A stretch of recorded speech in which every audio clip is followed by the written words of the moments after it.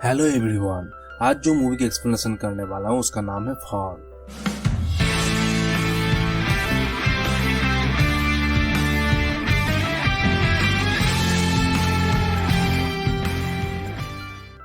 Movie का शुरू पहाड़ से होती है। हमें दो कपल बैकी और उसके हस्बैंड डैन को देखते हैं जो पहाड़ पर चल रहे थे। उनकी अभी अभी शादी हुई है। दोनों अपनी जिंदगी में बहुत खुश थे। इनको पहाड़ों पर चढ़ने का बहुत शौक था, लेकिन इनमें एक जुनून था और यही जुनून उनका खतरनाक इलाकों में ले जाता है। इनके साथ बाकी की दोस्त भी थी जिसका नाम था हंटर। इसको हमेशा से खतरों से खेलने का बहुत शौक था। ये तीनों अपने लिए हर बार एक नया खतरा ढूंढते थे। पहाड़ पर चढ़ते हुए एक परिंदे में डैन का हाथ लग जाता है। वो परिंदा जो पीछे से डर से उड़ने लगता है, जिससे डैन का बैलेंस खराब हो जाता है और उसी की वजह से डैन रस्सी से लटक गया था और चाहकर भी वो ऊपर नहीं आ सकता है। जहां बेकी और उसके दोस्त उसको बचाने की पूरी कोशिश करती है, उससे नहीं बचा पाती है और आखिरकार वो नीचे गिरकर मर जाता है। जिसके बाद हमें 1 साल बाद का सीन दिखाया जाता है। बेकी अभी भी अपने हस्बैंड की मौत के गम में थी। उसने अभी तक अपने पास डैन की अस्थियां यानी उसके जली हुई हड्डियों को रखा हुआ था और साथ ही साथ वो अब शराबी भी बन गई थी, जिस वजह से उसका जिंदगी पूरी तरह से खराब हो रही थी। बेकी की डैड अपने बेटी की ऐसी हालत देखकर काफी ज्यादा परेशान थी, इसलिए बहुत टाइम के बाद वो उसके सबसे अच्छे दोस्त को बुलाते हैं जिसका नाम था हंटर, जो उसके और उसके हस्बैंड के साथ पहाड़ों पर चढ़ाई किया करती थी। हस्बैंड की मौत के बाद अपने दोस्त से 1 साल बाद मिली थी। उसकी दोस्त हंटर कहती है, चलो ना हम दोबारा से कहीं चढ़ाई करते हैं, हमारा तो यही शौक था ना, तुम मेरे साथ चलो, तुम्हें अच्छा लगेगा। ये उसका एक पुराना टावर दिखाती है जो 2000 फीट लंबा था और वो टावर एक डिजर्ट में था। इसके बाद हंटर उसे कहता है, तुम मेरे साथ वहां जाना जहां पर जाकर तुम अपने हस्बैंड के राह को हवा पर बिखेर देना, जिससे तुम्हें अच्छा लगेगा और उसका आत्मा को भी सुकून मिलेगा। बेकी सब बातों के बारे में बहुत सोचती है और आखिरकार वो यही फैसला करती है कि वो हंटर के साथ जाए। उसका साथ वो एंजॉय करना चाहती है। दोनों अपने सफर पर निकल जाती है। रास्ते में खूब मस्ती करते हैं, अपने फोन पर वीडियोस भी बनाती है। इसी दौरान उनके लापरवाही के वजह से दोनों के साथ हादसा होने वाला था।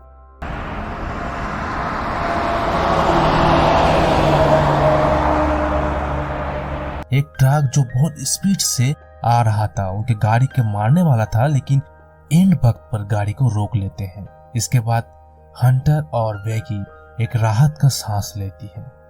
यह उसका एक लापरवाही का सिग्नल था और ये लोग उसे इग्नोर करके आगे की ओर निकल जाते हैं।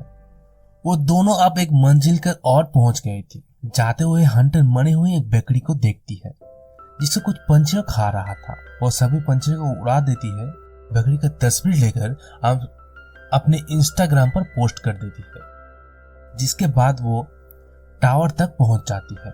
हंटर वहां पर वीडियो बनाती है, ये सब कुछ रिकॉर्ड कर रही।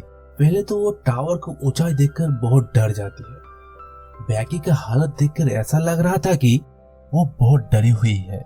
वो कहती है, यार डरने की क्या जरूरत है, हम कर लेंगे। रस्सी से बांध देती है और बेकी की ऊपर चढ़ना शुरू कर देती है।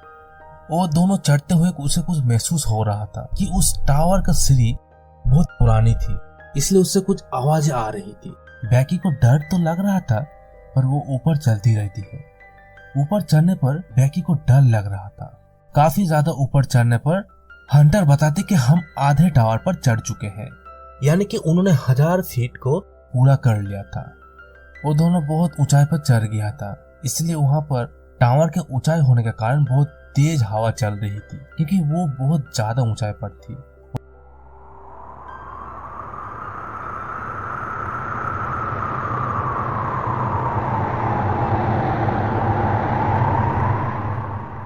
उन्होंने सीढ़ी को भी पकड़ लिया था। इसके बाद हंटर बेकी को कहती है, थोड़ा सा दूर हम लोग जल्दी ही अपने मंजिल तक पहुंच जाएंगे। पर बेकी जब नीचे देखती है वो पूरी तरह से डर जाती है और उसको फायदा लेते हुए हंटर उस सीढ़ी को हिलाकर उसे और डराने लगती है। बहुत ज्यादा चढ़ाई करने पर वो दोनों अपने मंजिल में पहुंच जाते हैं। लेकिन उसी दौरान एक टावर के सीढ़ी से एक पेंच निकल जाता है जो उन्हें नहीं पता चलता है, क्योंकि ये तो अपनी खुशी मनाने के लगी हुई थी। हंटर अपना ड्रोन कैमरा निकालती है और सब कुछ रिकॉर्ड करती है। बैकी भी अपने दोस्त के साथ खुश थी, पर हंटर यहाँ पर नहीं रुकती है। टावर से लटक जाती है और बैकी से कहती है कि मेरी तस्वीर बनाओ। साथ ही साथ वो बैकी को भी ऐसा करने को कहती है। बैकी को डर लग रहा था। अपने डर पर काबू पाते हुए हंटर के बात को मान लेती है और वो भी लटक जाती है। इसके बाद दोनों आपस में गला लगती है। इसके बाद बैकी अपने हस्बैंड को रख कर हवा में उड़ा देती है। अब उसका कुछ सुकून मिला था। दोनों उसके बारे में याद करने लगे। जब सब कुछ खत्म हो गया था, वो वापस जाने का फैसला करती है। वो सारा सामान पैक करती है। बैकी जब अपने सामानों को लेकर नीचे उतरती है, उसी दौरान टावर की जंग लगने के कारण बैकी लटक जाती है। किसी न किसी तरह उसे हंटर ऊपर की ओर खींच लिया था, पर बैकी का बैग नीचे के एंटीना टावर पर लटक जाती है, जिसे इनका ड्रोन कैमरा और कुछ खाने का सामान था। दोनों इसे देखकर काफी घबरा जाती है।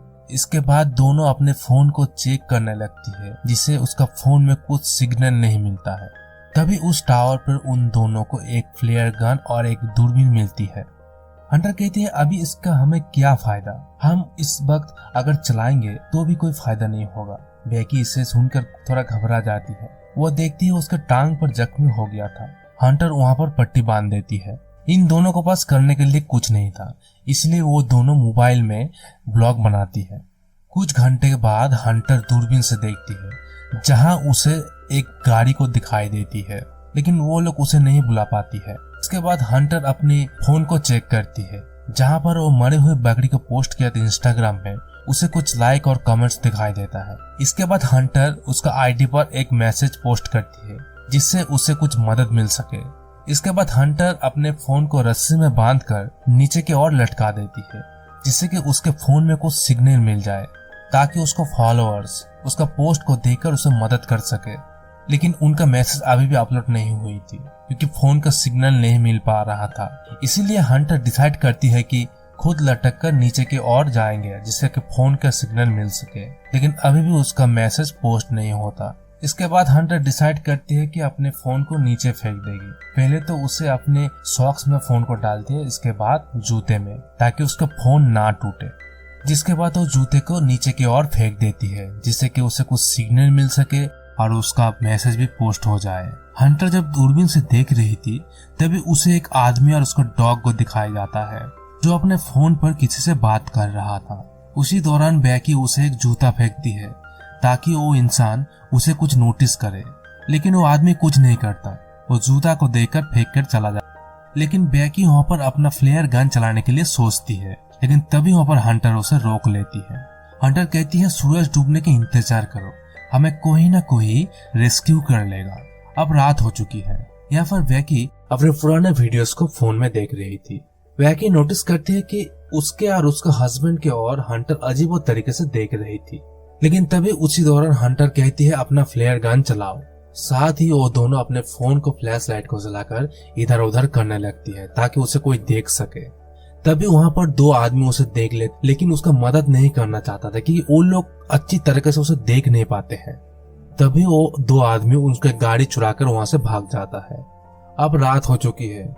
दोनों सोने की कोशिश कर रही थी। उसी दौरान हंटर नीचे गिरने वाली थी, लेकिन एंड वक्त पर बैकी उसे पकड़ लेती है। उसी दौरान बैकी हंटर के पैर पर एक टैटू देखती है, जिस पर 143 लिखा हुआ था। तभी बैकी को याद आता है, whenever she used to say I love you to her husband, he replied 143 in return। इसका मतलब बैकी जब अपने हस्बैंड को I love you बोलती थी, उसका हस्बैंड जवाब में 143 बोलता था। After that, Becky realized that her friend and her husband had a relationship, और हंटर के पास भी और कुछ दूसरा रास्ता नहीं था। वो बैकी को अपने हस्बैंड के बारे में और अपने रिलेशन के बारे में सब कुछ बता देती है। बैकी ये सब सुनकर बहुत इमोशनल हो जाती है, लेकिन हंटर उसे सॉरी कहती है। लेकिन उसी दौरान बैकी अपना बैग को देख रही थी, जिस बैग में उसका ड्रोन और पीने का पानी था। हंटर डिसाइड करते कि मैं नीचे की ओर जाऊंगी और उस बैग को ले आऊंगी। हंटर नीचे जाने के लिए टावर के चारों तरफ एक हुक डालती है और रस्सी को बांधकर नीचे की ओर जाने लगती है। लेकिन हंटर अभी भी उस बैग तक नहीं पहुंच पाती है। हंटर रस्सी को छोड़कर बैग को ले लेती है। बैग में सेल्फी स्टिक निकलकर बैग के रस्सी को बांध देती है। अब वो लंबी छलांग लगाती है जिससे वो रस्सी को पकड़ लेती है। धीरे धीरे वो रस्सी को पकड़कर ऊपर की ओर चढ़ने लगता है। उसी दौरान बैकी के हाथ से रस्सी छूट जाती है और हंटर नीचे की ओर गिरने लगती है। बैकी ये सब देखकर रोने लगती है। जब वो आहिस्ता आहिस्ता नीचे की ओर देख रही थी, वो अभी भी देखती है कि हंटर अभी भी लटकी हुई ही है। It's mean she was still alive but her hands become injured and she could not climb up. बैकी तो पूरी ताकत लगाती है उसे ऊपर खींचने में। आखिरकार वो अपने दोस्त को बचा लिया था। उसके बाद बैकी बैग से पानी निकलकर पीने लगती है। थोड़ी देर बाद वो एक नोट लिखती है और उसी ड्रोन में लगाकर वहां से उड़ा देती है। लेकिन ड्रोन का बैटरी लो हो चुकी थी, इसलिए ड्रोन को वापस लाना पड़ता है। अब रात हो चुकी है। अब बैकी देखती है उसका दोस्त नीचे गिरकर मर चुकी है। उसके लाश पंछी उन्हें नोच नोच के खा रही थी। जब वो जागती है तो उसे पता चलता है कि वो उसका एक सपना था। टावर के ऊपर लाइट को देखकर उसे एक आइडिया आता है कि ऊपर जाकर ड्रोन का बैटरी को चार्ज करेगी। अगली सुबह वो दोनों ऐसे ही करती है। बैकी ऊपर चढ़कर उसका ड्रोन को चार्ज करने लगती है and she Hanks up till the drone is charged. इसके बाद वो नीचे की ओर उतरती है और एक नोट लिखकर ड्रोन में फंसाकर ड्रोन को उड़ाने लगती है। ये अपने ड्रोन को एक घर के पास भेजती है। इसका पहले वो ड्रोन वहां पर पहुंच पाता, एक गाड़ी आकर उसको ड्रोन को तोड़ देता है। वो दोनों वहां पर एक दिन उसी उम्मीद में गुजर देती है कि उनकी मदद के लिए कोई आ जाएगा। बैकी की हालत बहुत ज्यादा खराब हो चुकी थी। एक दिन भी वहां वो नहीं गुजर सकती थी। इसके बाद बैकी हंटर से जूता मांगती है ताकि वो अपने फोन को नीचे फेंक सके, दोबारा से मैसेज लिखकर लोगों के पास पहुंचा सके। तभी हंटर उसे मना करती है। यहाँ पर हमें पता चलता है कि हंटर तो उसके साथ थे ही नहीं। वो तभी नीचे गिर के मर गई थी जब बैकी को बैग को लाने गई थी। इसका मतलब बैकी अब इमेजिनेशन कर रहा था। वो सोच रही थी कि हंटर उसी के साथ है ताकि वो खुद को अकेला महसूस ना करे। जब वो नीचे की ओर देखती है, वो देखती है उसका लाश परिंदों ने खा रहा था। ये सब देखकर बैकी काफी रोने लगती है। इसके बाद बैकी अपने फोन पर डैड के लिए एक लास्ट मैसेज रिकॉर्ड करती है। उसका भी कुछ उम्मीद नहीं थी कि वो बच पाएगी।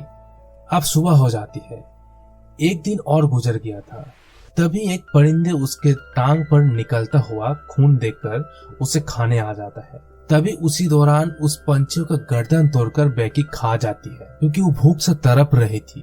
दूसरी तरफ हम देखते हैं कि उसका डैड बेटी के लिए परेशान थे। इसके बारे में पता करना चाहते थे कि आखिरकार उनकी बेटी है कहाँ। अब बैकी हिम्मत करके नीचे की ओर उतरती है क्योंकि उसका पास और कुछ ऑप्शन नहीं था।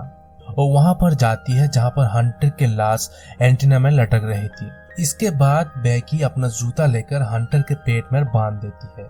इस जूते के अंदर वो फोन को रखकर हंटर को नीचे की ओर गिरा देती है ताकि उसका फोन ना टूटे। और लास्ट में वो उसे सॉरी कहता है। बैकी यही सोच रहा था कि उसका मैसेज उसका डैड के पास पहुंच पाए, इसीलिए उसका मजबूरन ये फैसला को करना पड़ती है। जिसके कुछ घंटे के बाद हम देख पाते हैं कि बैकी के डैड अब उस टावर तक पहुंच चुके हैं। इसका मतलब वो मैसेज सेंड हो चुका था। जैसे ही उनका डैड वहां पहुंचते हैं, वो देखते हैं कि कुछ लाश वहां पर पड़ा हुआ है। वो सोचने लगते हैं कि उसका बेटी और नहीं रही। लेकिन कुछ समय बाद बैकी उसका डैड को आवाज देती है। तभी उनका डैड उसका बेटी को देखते हैं और एक सुकून का सांस लेते हैं। That she is alive and she hugs her dad. Finally, Becky's effort and courage have kept her alive. आखिरकार बैकी की उम्मीद और कोशिश उसे बचा रखा था। और इसी के साथ साथ ये मूवी यहीं पर खत्म हो जाती है। Thank you for watching.